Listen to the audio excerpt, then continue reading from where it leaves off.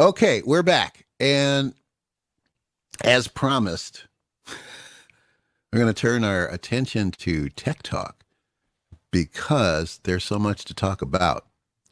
And Aaron has some experience with some stuff that I need to pick his brain about. Oh, oh yeah. I'm just gonna dive right into it. And is this gonna drive Brandon nuts?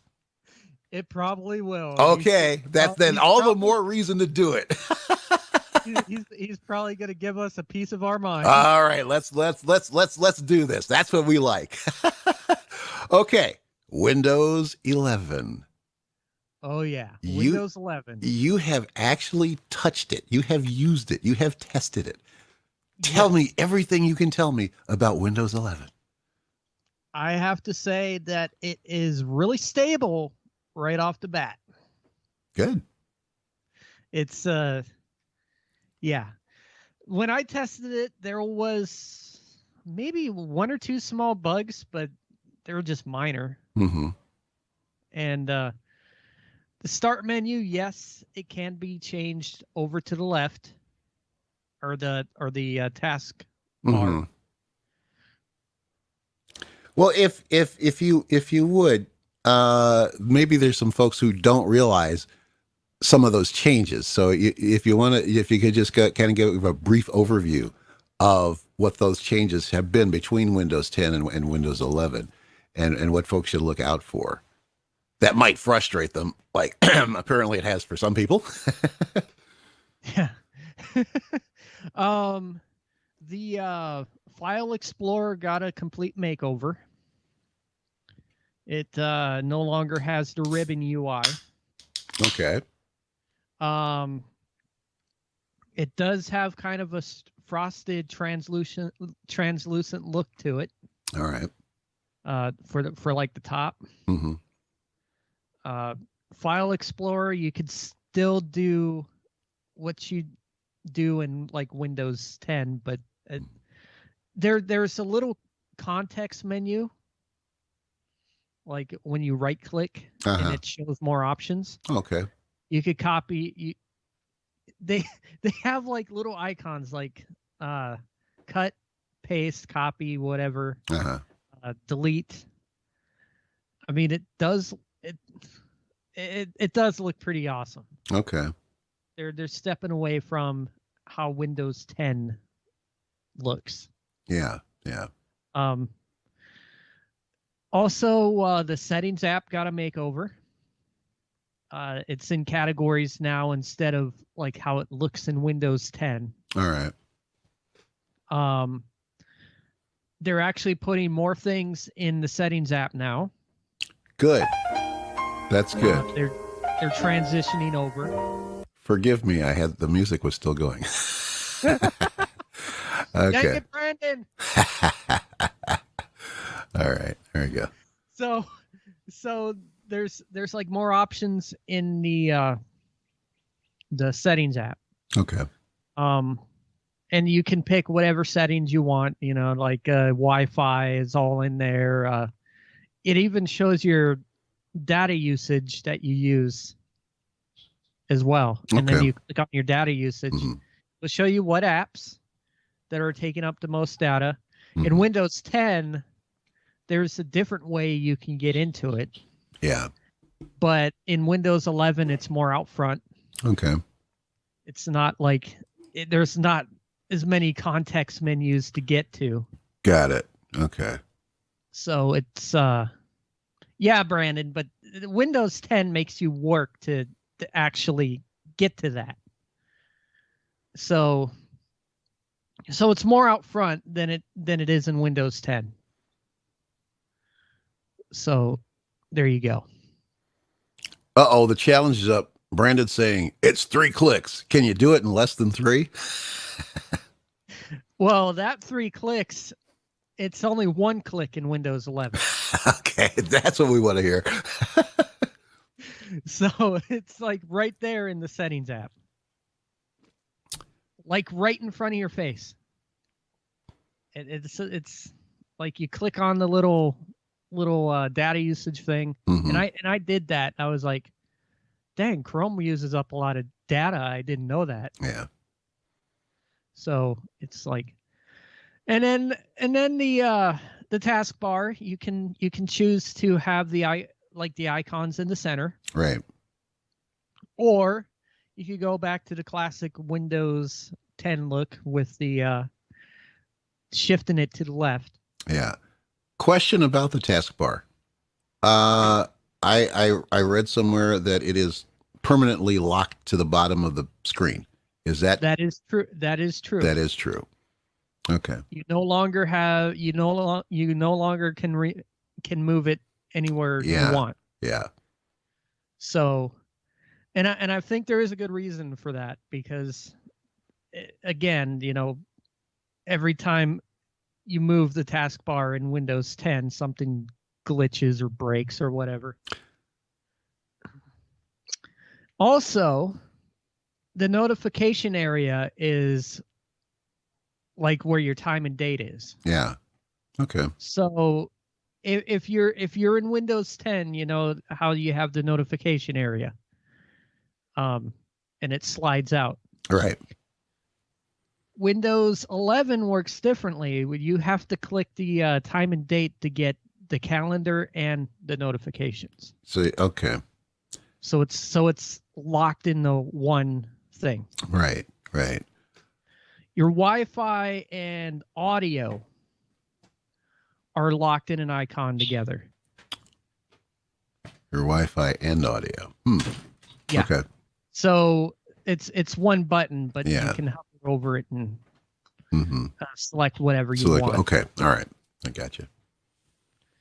And Can you The, also do the wait, same? I'm sorry. Can you also do the same with the notifications over the time and date? Like hover Yeah. over and choose notifications versus, yeah. Okay. because it pops out Uh-huh. the notifications, and the calendar pops out like Mhm. Basically how Yeah.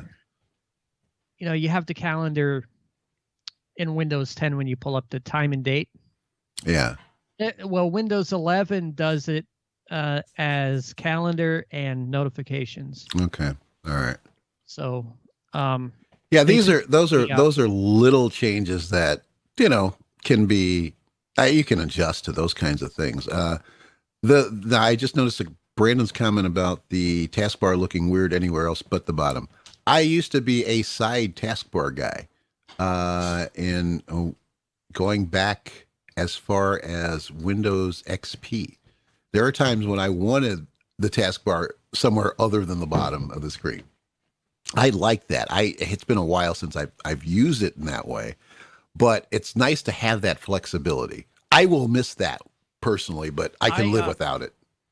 I like mine at the bottom more, Mhm. because I have like a lot of pinned applications and Yeah. stuff that I Sure. use Hmm. as a shortcut on Right. on the taskbar. Yeah. I used to put So it's sometimes the taskbar at the top of my screen. yeah. And also, when you bring up an application, like if it's open or whatever, Hmm. and you go to click on it, Yeah. the icons bounce up and down a little bit, kind of Okay. like how the Mac does. Yeah, you just brought up an interesting phrase. I smell more like more Mac. More Mac vibes. Yeah, exactly. This is like Microsoft has always had this case of Mac envy, and And I think this is their moment to shine, because Mhm. Apple really hasn't been doing much with their operating system. which amazes me is that they really haven't. Uh, I defy anybody to tell me any major significant differences between Catalina and Big Sur.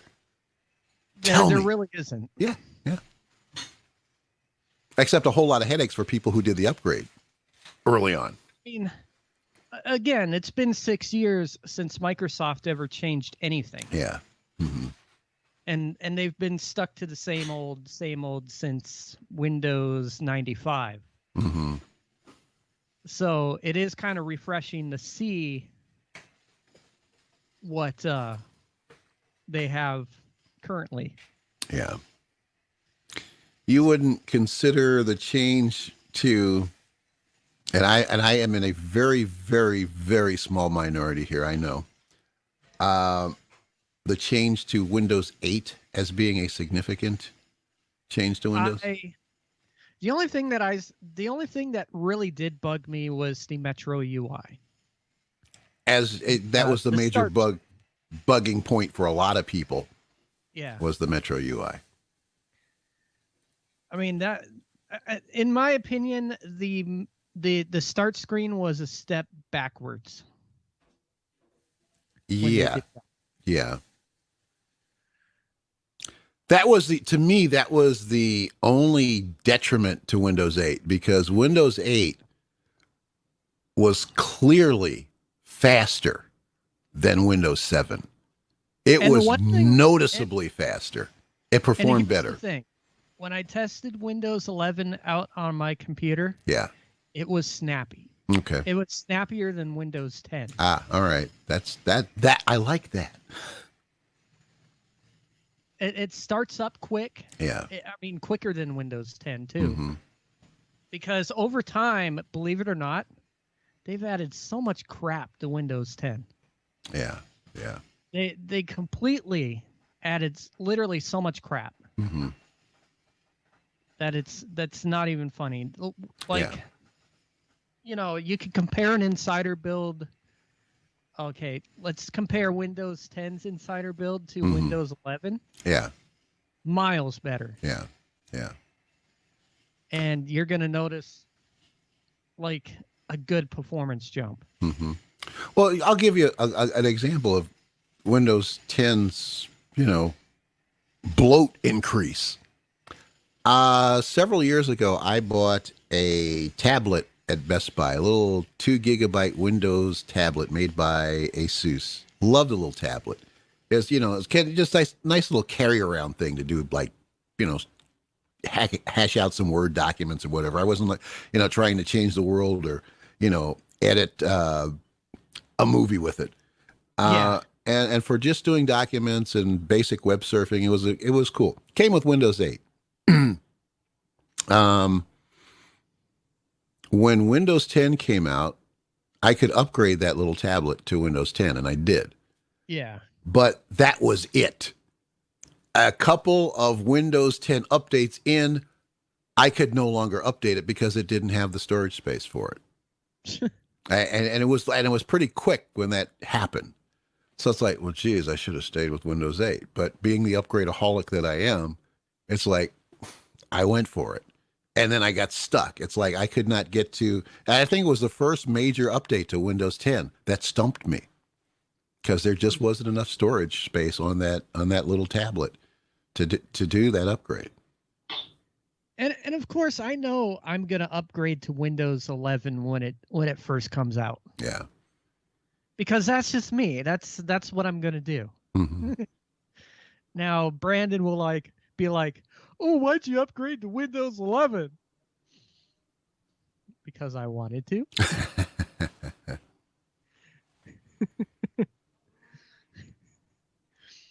I have less of a chance of Windows 11 breaking on day one than I did with Windows 10. And by following the 1 year OS rule, Brandon, are you asking if I wait a year before I upgrade? That's not what upgradeaholics do. We upgrade. We pretty much upgrade the day of. Yeah, see, I'm one of those folks. So yeah, Brandon, we're living dangerously. I hear you. It makes more sense to do that because I've been burned. If something does break, like if something does break, I got my trusty flash drive here. I'm not see, there you go. Yeah. I go back to Windows 10. That's why you back up. Just in case that happens, because you know the risks, but you take them anyway. Well, when you think about it, Brandon, Windows 10 had bugs when it first came out. And those bugs took maybe a year or two before they were ironed out. Believe it or not. Yeah, but ultimately most of them were ironed out. Yeah. And a lot of the major bugs, they're ironed out before the OS is released. Yeah. Yeah. But I mean, admittedly, there are those gotchas, you know? I mean, I had a bunch of gotchas with Windows 10, believe it or not. I've had those. Sure. I mean, I had like start menu breaking. I had certain Windows Store apps that wouldn't open. Yeah. Mm-hmm. And you still get that to this day in Windows 10. Yeah. There's always something. You're right. If there's a Windows 10 update. Perfect. Yeah. Yeah. And even in its like pretty stable state right now, Windows 10 still has like maybe 2 or 3 more bugs in it. I mean, all you care about is the stability of the OS, not like how many bugs are in it. But Robin is my hero. She still has a working XP machine that she uses for some games. Good on you, Robin. I mean, don't get me wrong. XP was pretty good in its day. I think, here I go. I'm gonna step out. I think XP was Windows at its best. I think ever since then, Microsoft has been trying to duplicate that level of greatness, and it ain't there yet. That's just me. I loved XP. I hated the day I could no longer use it. Oh, and I also got to tell you guys also about the upgradability of Windows 11. All right, you guys got to have like a TPM 2.0 chip, either on the CPU or the motherboard. Which I got it on the CPU side, which is a firmware TPM. Mm-hmm. And I have it active right now, actually. And that's going to be an issue for some folks, even some folks who've bought relatively new computers. Yeah. That is unfortunate because, you know, a new computer is a heavy investment for all of us, frankly. Brandon was like, can we get an English translation to that, Aaron? A TPM chip is trusted platform module. Okay, it's where it stores your encryption keys if you're using BitLocker. And I am of the mind, since you brought up BitLocker, that BitLocker should be a standard feature on Windows 10 Home Edition. It shouldn't just be a Windows 10 Pro feature. I'm on Windows 10 Pro and I don't have it turned on at all. Yeah. I'm like one of those people that take risks. Yeah, I think why hold out security features from home users simply for what reason? You want to force them to upgrade to Pro to get that feature? I think it should be standard. Just like I think antivirus software should be free. Somehow Microsoft gets that with Windows Defender, and Windows Defender ain't bad, but